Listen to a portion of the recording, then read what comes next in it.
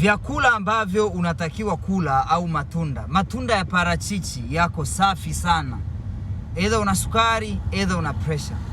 Lakini pia unatakiwa kujua kwamba wali, tukisema wa brown rice, wali wa brown kula kidogo. Hata wali wa kawaida, sio kwamba hauruhusiwi kula wali kabisa au hauruhusiwi kula chumvi kabisa. Sio kwamba ukae na njaa. Kama una sukari na pressure, sio kwamba ushinde na njaa, hapana.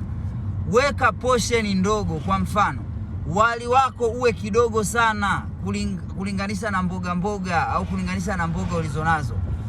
Parachichi inafaa asubuhi, lakini pia mayai ya kienyeji na parachichi asubuhi ni sawa. Lakini pia unatakiwa kujua kwamba wanga uwe kidogo sana katika siku yako. Siku yako isiwe imejaa wanga. Zuia wanga.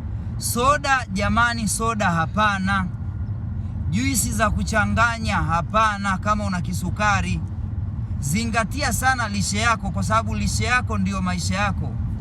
Umekuwa unasumbuliwa na ugonjwa wa kisukari, ugonjwa wa presha, unataka matibabu ya moja kwa moja, wasiliana na mimi kwa ajili ya kukusaidia uweze kuingia kwenye programu ya siku 120 ya matibabu makubwa ya sukari na presha. Tunakupa dawa za kupona moja kwa moja, tunakupa mafunzo ya afya, lakini pia tunakupa mazoezi. Mungu akubariki sana, upone mwaka huu. Huu ni mwaka wako wa kupona. Mwaka huu upone. Nitafute kwa namba iliyoko hapo juu.